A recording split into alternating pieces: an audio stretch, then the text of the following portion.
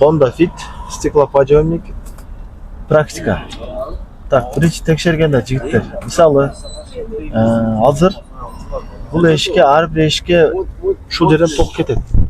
Ток кеткенде азыр мына бұл жерде мына көп зым турат, туурабы? Көп зымдардын именно айта кете турам болсом, мына бұл жерде прямой бір масса бар. Прямой масса.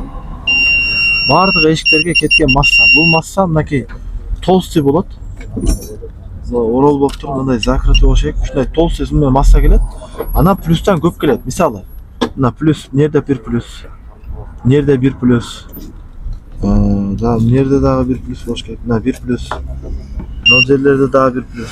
Бул эмне десеңер, булар ар бир эшикке бирден предохранитель болот. Мына эшикке отдельно предохранитель, наркы эшикке отдельно предохранитель. Ошол эшикке берилген предохранитель бул эшикке именно ошол айнекти башкарган кнопкага дагы келет. Эми вообще мына автоны текшере турам топ. Мисалы мына авто мына кнопканы басса, данный время мына эшиктин моторуна масса чыгып турат.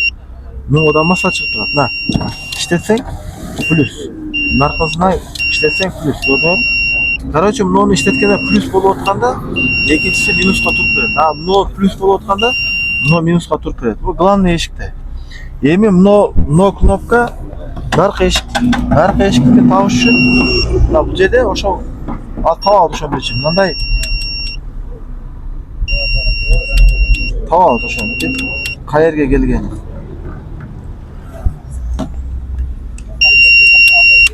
Мынакей. Ал эшиктики мына бул жерде турат.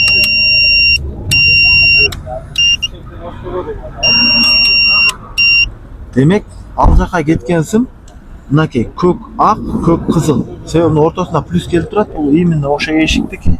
Эми болсо мына бул жагы минус, бул жагы минус. Мына көтөрсөң бул плюска айланат. Түшүрсөң ой, сен бассаң плюска айландыбы? Мына минуска туруп берет. Мына көтөрсөң плюска айландыбы? Мына минуска туруп берет.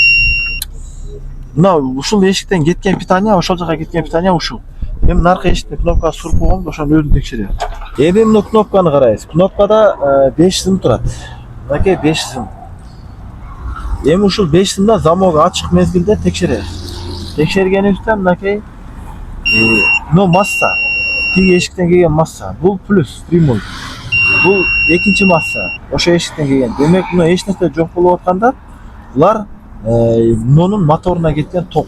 Эгер мына массадан экөөнүн бирөө жок болсо, айнек көтөргөн жагына иштеп, түшүргөн жагына иштеп, экөөнүн көтөргөн же түшүргөн бир жагына иштебей калат. Себеби ушул эки масса мына экөөнүн масса болуп чыгып турат дагы, мындан ыргытат. Мындай кылып текшерип берем масса.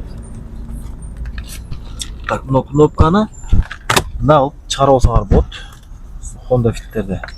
Мына сайылгандан кийин туугандар, мына эки чекесинде эч нерсе жок болуп аткан кнопкалар карагыла. Мынакей, буларда масса пайда болуп калды. Эмнеге? Себеби мына эки көктөн келген масса, мына эки көктөн. Bundan kelgen көктөгү масса мынга чыкты, мына көктөн келген масса мынга чыкты. Эми мына плюс. Эми биз айнекти түшүрсөк, мына плюска айланып атат. Айнекти көтөрсөк, бул плюска айланат. Бирок мына плюска айланганда, мына плюска айланган жок. Мына плюска айланганда, бул плюска айланган жок. То есть мына плюска айланганда, мына минуска өтүп, мына плюска айланганда, мына минуска өтүп. Ушунда алмак иште. Ар бир эшикке мына плюс келип турат. Эгерде ушу плюс келбей калса, айнек толук иштебей калат. Анан дагы бир проблема, мына питаниялардын бирөө жарымы келбей калса, ал тууганда мына бул жерде мынакей резина турат. Ушул резинанын ичинен үзүлүп калышы мүмкүн. Именно Honda Fit'терде мына тартып. Honda Fit'терде мына резинанын ичинен үзүлө берет. Мына арканкы эшиктин резинасы ушунун ичинен көп үзүлөт Honda Fit'терде. Ошон үчүн арка айнек же центральный замок иштебей кала турган болсо, ушул именно резиналарды ичин ачып зымдарды карап коюш керек. Канчалык үзүү керек. Анан болсо бул жакты өзүңөр машиналарда ушу питанияларды текшерип башыңыз.